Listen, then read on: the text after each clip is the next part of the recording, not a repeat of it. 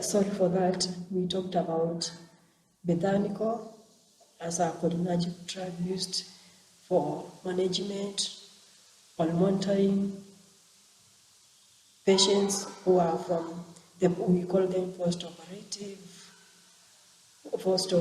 coming from the post-operation after operation of urinary retention, and it was not neurologic ileus, but neurogenic ileus. You get that? Yes, that is neurogenic ileus. Remember, this is a summary of what the lecturer would have been teaching for 5 hours, for 3 hours class. So you need to go and read, understand autonomic nervous system pharmacology, because this is a summary of what I'm giving you. It's not even a eighth of the pharmacology of autonomic nervous system. You need to go and read what the lecturer told you. This is just a summary. Yes, when we talk about the baroreceptors of the blood vessels from the neck region and from the thorax, the chest, they relay information about blood pressure, blood volume to the baroreceptor centers through cranial nerve number 9, that is glossopharyngeal, located in the carotid arteries, and cranial nerve number 10, that is vagus nerve, located in the aorta. And then this information is related to the nuclei solitari in the posterior medulla.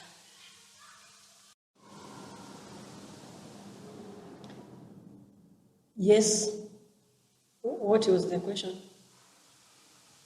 Okay. Yes, that was a mistake. Parasympathetic system uses second messenger, cyclic GMP, not cyclic AMP. I might have, yes, you correct what I've written there. It is cyclic GMP, not cyclic AMP, as a second messenger.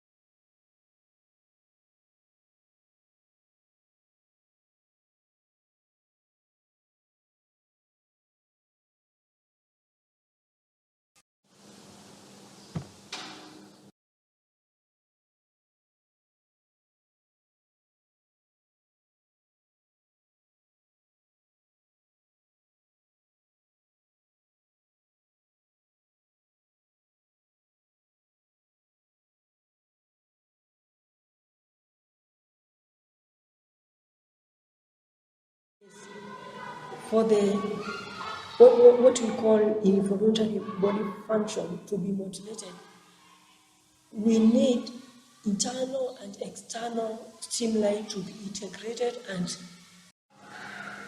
yes, we are saying that excitatory synaptic potential from the NTS, that is nuclear tract solitary, in the hypothalamus, in the posterior or dorsal region of the medulla. What happens? Innervates vagus nerve in the dorsal, at the dorsal root, where parasympathetic functions or motor functions are controlled. Then we have the neurotransmitter, which is always inhibitory in that part. We have a rostroventrolateral medulla, RVLM,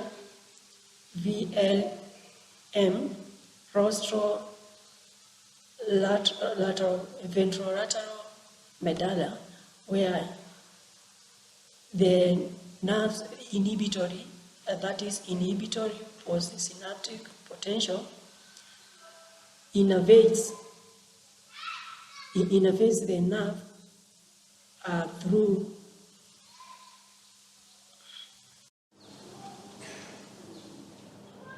the reason why we say circadian rhythm is controlled by autonomic nervous system is because it originates in the suprachiasmatic nuclei located in the hypothalamus.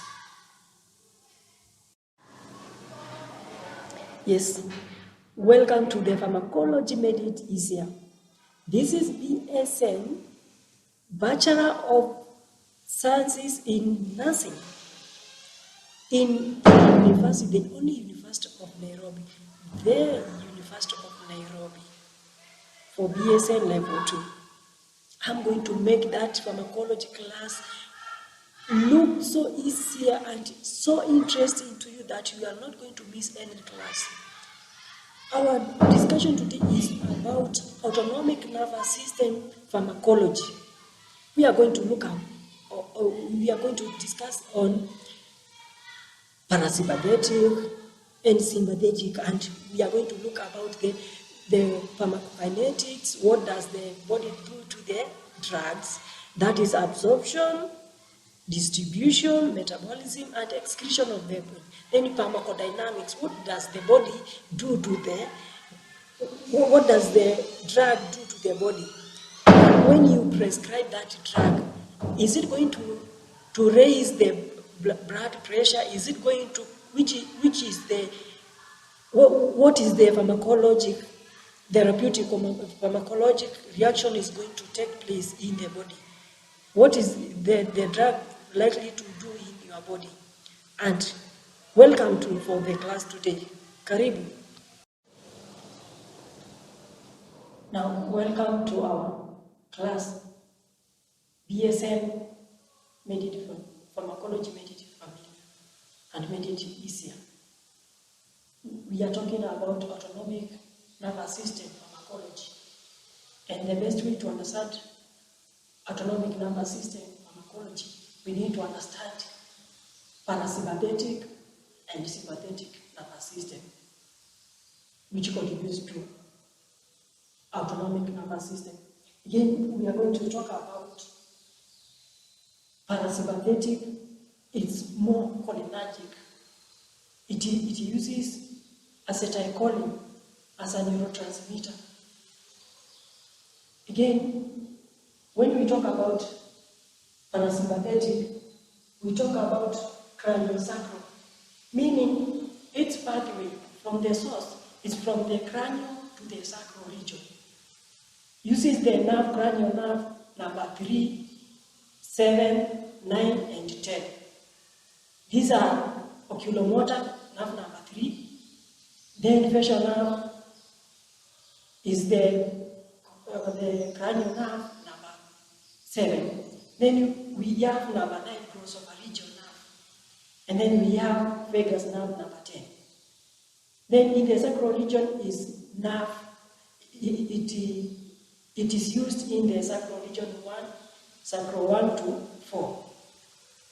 Then again, we talk about the receptors. The drugs that are cholinergic bind to the receptors, and the most receptors in the parasympathetic nerve is muscarinic receptors. Muscarinic receptors are bound to drug cholinergic drugs. And then we say nicotinic receptors are found in the neuromuscular junction and ganglia. Sympathetic now. We are going to talk about sympathetic. Sympathetic autonomic nervous system pharmacology. We are going to base our argument on, we were talking about cholinergic, but in this case, we are going to talk about their specific adrenergic. This one is cholinergic, this one is called adrenergic. And sympathetic is cholinergic, sympathetic is anticholinergic. Then when we talk about their source and origin and distribution is in the thoracolumbar. It's a thoracolumbar, meaning that it's mainly found in the thoracic region and the lumbar region. And then again, when we talk about the most receptors used in the sympathetic, we talk about nicotinic. It's more of nicotinic receptors than muscarinic receptors. And then muscarinic receptors in sympathetic nerve, they are only found in the sweat glands. Sweat glands. Then we are going to talk about parasympathetic system again. We are going to talk about the receptors specific in the parasympathetic. We are going to talk about receptors. They use muscarinic. Remember we said they use more of muscarinic receptors rather than nicotinic receptors. Muscarinic receptors in the parasympathetic are M1, M2, M3, up to M5. But we are going to talk about very important receptors, muscarinic receptors, up to 3, M1, M2, and M3. M1 is located in the CNS, the central nervous system, and is also found in the enteral nervous system in the stomach. And then, when we talk about M2, M2 is found in the heart, in the cardiovascular system. That is where we found muscarinic 2 receptors. Then M3. M3 is summarized in a very systematic way. E, G, MP, A, C, B, B. M3, muscarinic receptor, is the most parasympathetic receptor in almost everywhere.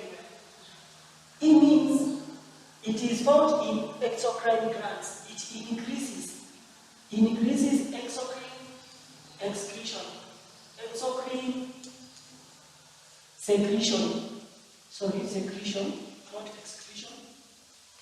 Then G, it means that it is found in the gut,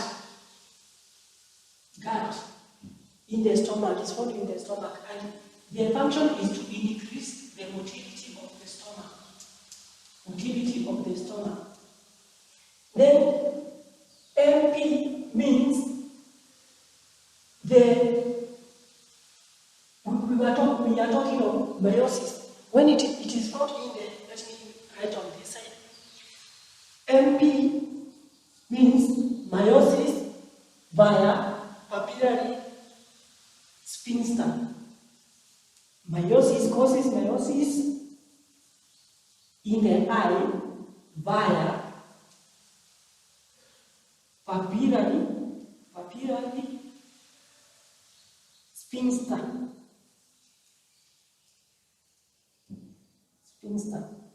Are we together? MP causes meiosis via papillary sphincter. Then when we talk about AC means accommodation via ciliary muscles. Controls accommodation in the eye via ciliary muscle. Then we have BB. M3, muscarinic receptor 3, controls bronchoconstriction in the respiratory system and controls bladder in the genitourinary system. It controls bladder constriction, causes constriction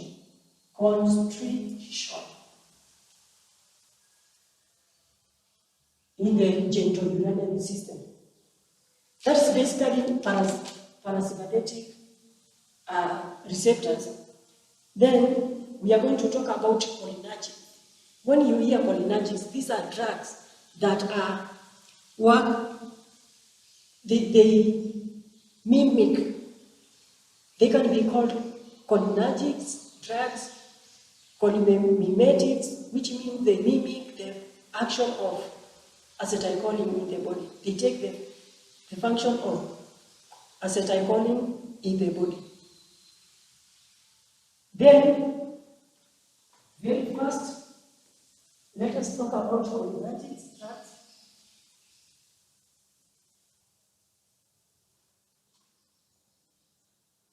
Cholinergics, as we are saying, cholinergics,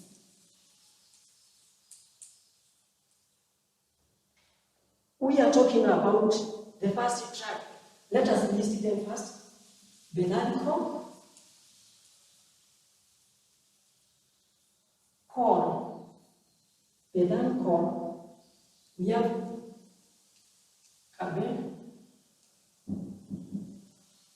Carbachol, we have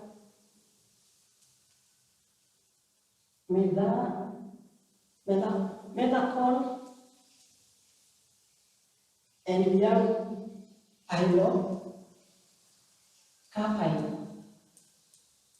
pilocarpine. So we have 1, 2, 3, and 4. So these are cholinergics. They function as acetylcholine in the body. When benalicol is used in post-operation anti-neurologic ileus and urinary retention. Benalicol and carbachol can be used in urinary retention.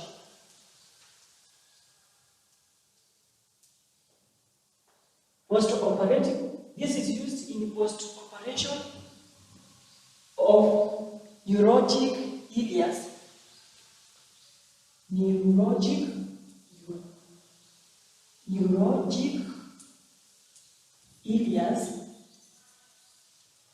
and post-operation of urinary retention.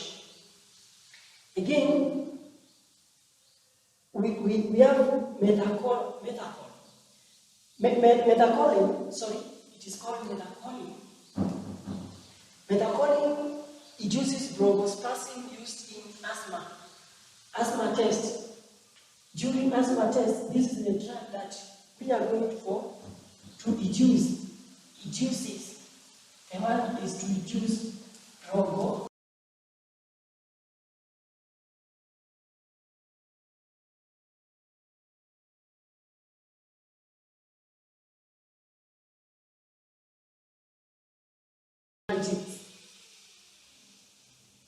Cholinergics, which means it is used in cystic fibrosis in sweat test.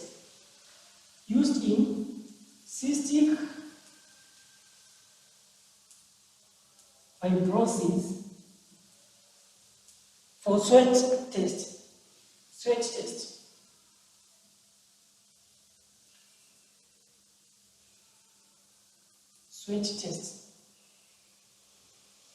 test challenge. Then I'm going very fast to talk about anti-cholinesterase. This one is made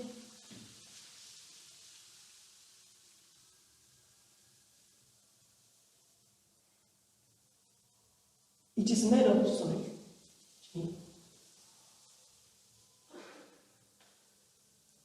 we are talking of anti-acetylcholine, esterases, meaning these drugs, they are against esterases degradation of acetylcholine. Anti means it is against esterases enzymes from degrading acetylcholine, which means if you administer these drugs, if you prescribe these drugs, there will be increase in acetylcholine is equal to increase in what we have been written here, cholinergic reaction. So anti-acetylcholinesterase increases acetylcholine, therefore works like the other drugs we have discussed.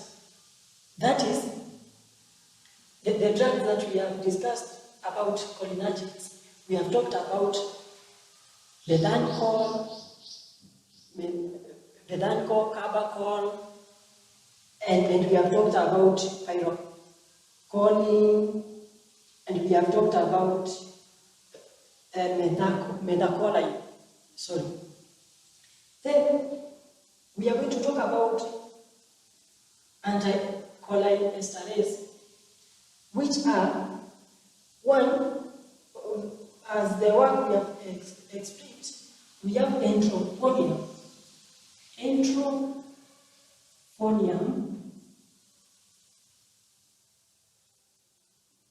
Then we have stigmine, we call it. We have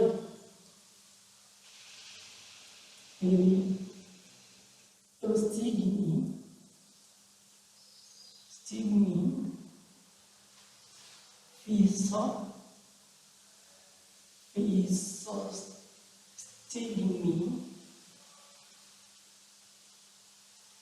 and the last we will talk about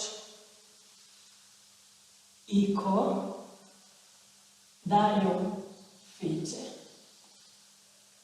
We have extra too. We have donopezil and tacrine. They are very new. The two drugs are new drugs. Then, when we are talking about anticholinesterase, we are saying they are increasing acetylcholine. Entrophonium is used for diagnosis of myasthenia gravis. Let's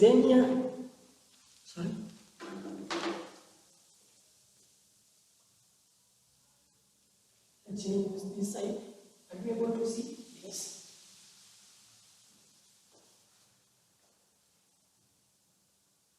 Myasthenia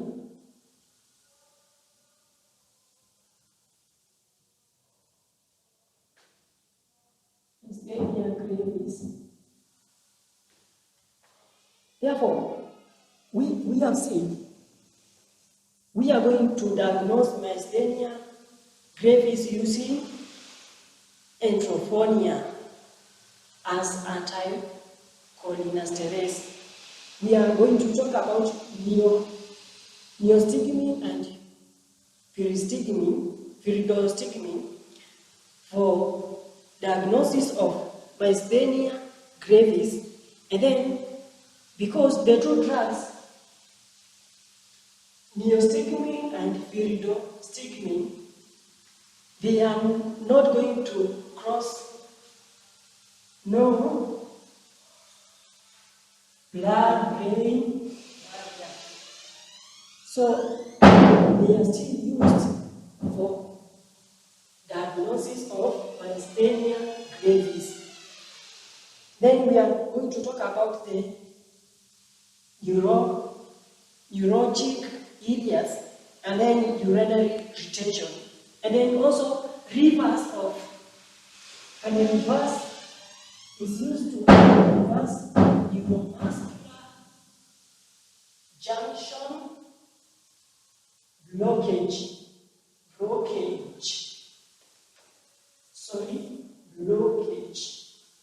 blockage. Neuromuscular junction blockage is reversed by use of the two neostigmine and pyridostigmine, because we have said they are not going to cross blood-brain barrier. And then the physostigmine is used to fix physostigmine to fix atropine. Atropine is used when there is overdose, when there is overreaction of the cholinergic. So atropine drug, I don't know whether you will go to see. Atropine is used to be against these drugs. But the drug we use, physostigmine, is used to fix overdose of this drug, atropine. Then we have the last ecopharmphate. Ecopharmphate is used for glaucoma.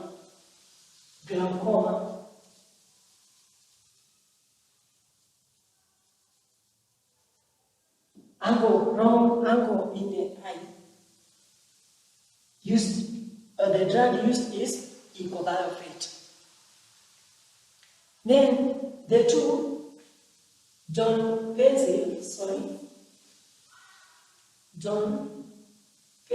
and tetraene, they are very good.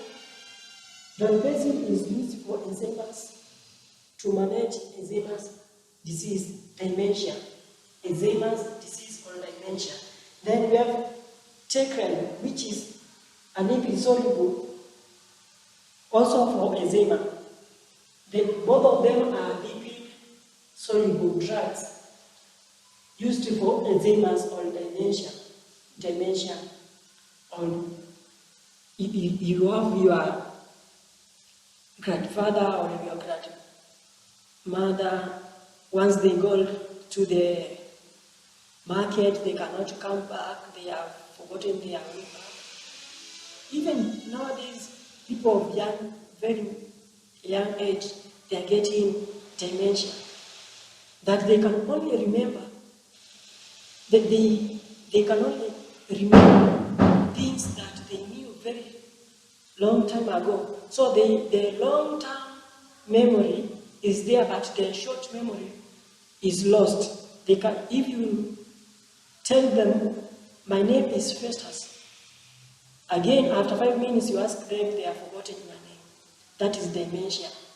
And the two drugs, they are lipid-soluble drugs that are used for controlling of Alzheimer's drug or dementia. So that is about parasympathetic autonomic nervous system pharmacology. Next lesson, we are going to talk about sympathetic or sympathomimetic. Parasympathomimetic, we are going to talk about parasympathomimetic drugs, their reaction, their pharmacokinetics and pharmacodynamics. This was parasympathetic pharmacology, made it easier for BSN student level 2 in the university, the only University of Nairobi, the University of Nairobi. Thank you.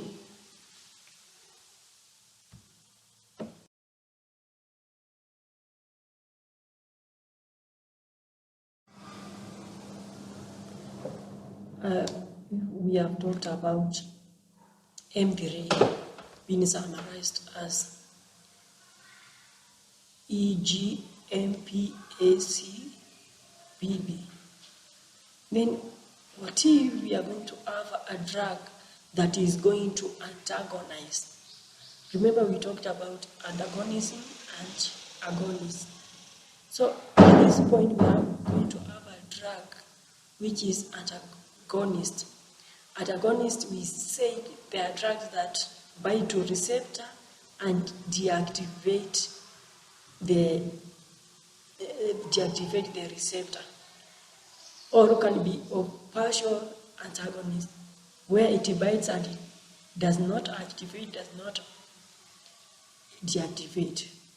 So if the drug is antagonist to M3, we are going to get negative response in what we said MP3 receptor 3. Antagonist is going to bind M3 receptor, and in the exocrine, instead of increasing exocrine secretion, is going to decrease exocrine secretion. And then again, in the GIT, in the gut, the gastrointestinal, instead of increasing motility, is going to decrease motility. And you know what happens if you decrease motility of the stomach. And then MP, we said, is meiosis. MP3, if it is bound to agonist, causes meiosis via papillary sphincter. Now, we are not going to have meiosis if there is antagonist drug. Then, if we are going to have a drug binding to the ciliary muscles, and that drug is antagonist, we are not going to have that accommodation. We are not going to have accommodation through ciliary muscles. Then, remember, we talked about B. The first B was bronchoconstriction in the respiratory system. Then we are going to have, instead of bronchoconstriction, we are going to have the opposite, which is bronchodilation of the bronchioles. Then we talked about the last B being bladder constriction. So instead of having constriction in the bladder, in the genitourinary system, we are going to have bladder dilation.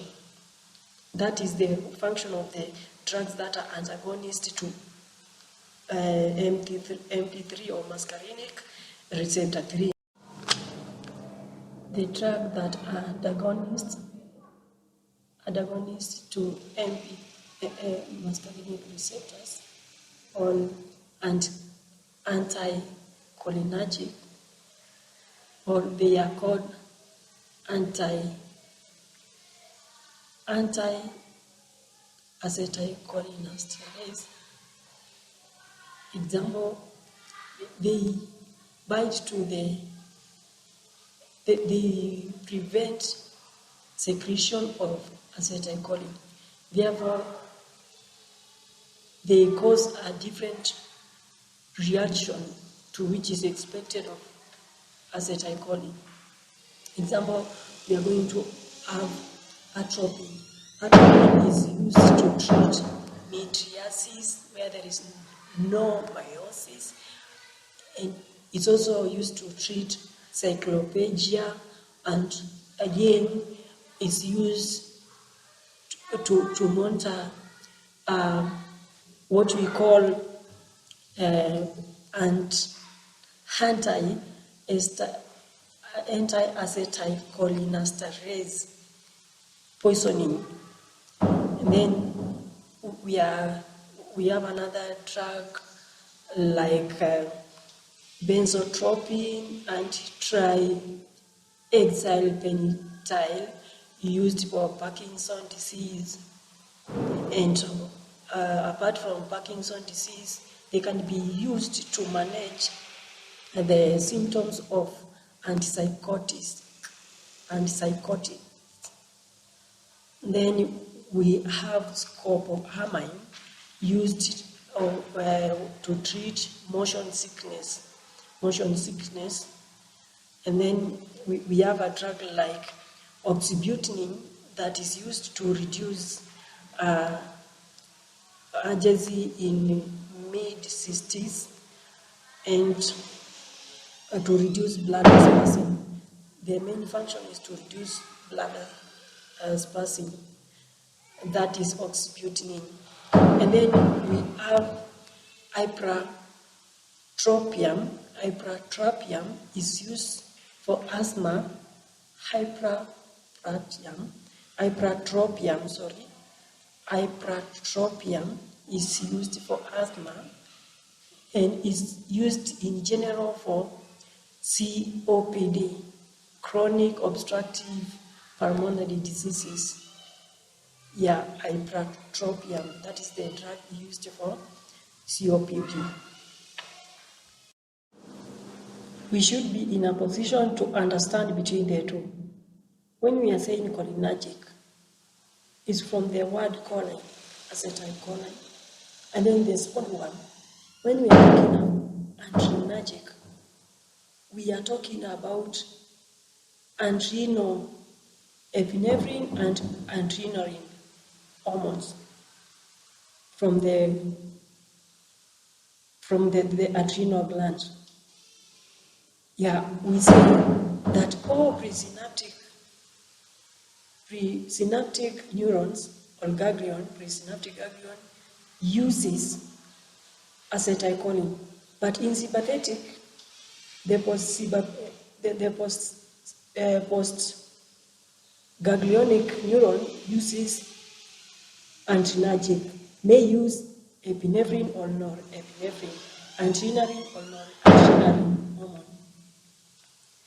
But we say all presynaptic and postsynaptic ganglion of the parasympathetic, they use acetylcholine, so they are cholinergic in nature.